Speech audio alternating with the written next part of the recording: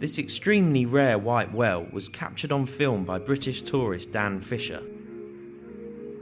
Its colour is caused by a condition called leucism, which results in a reduction of all types of skin pigment.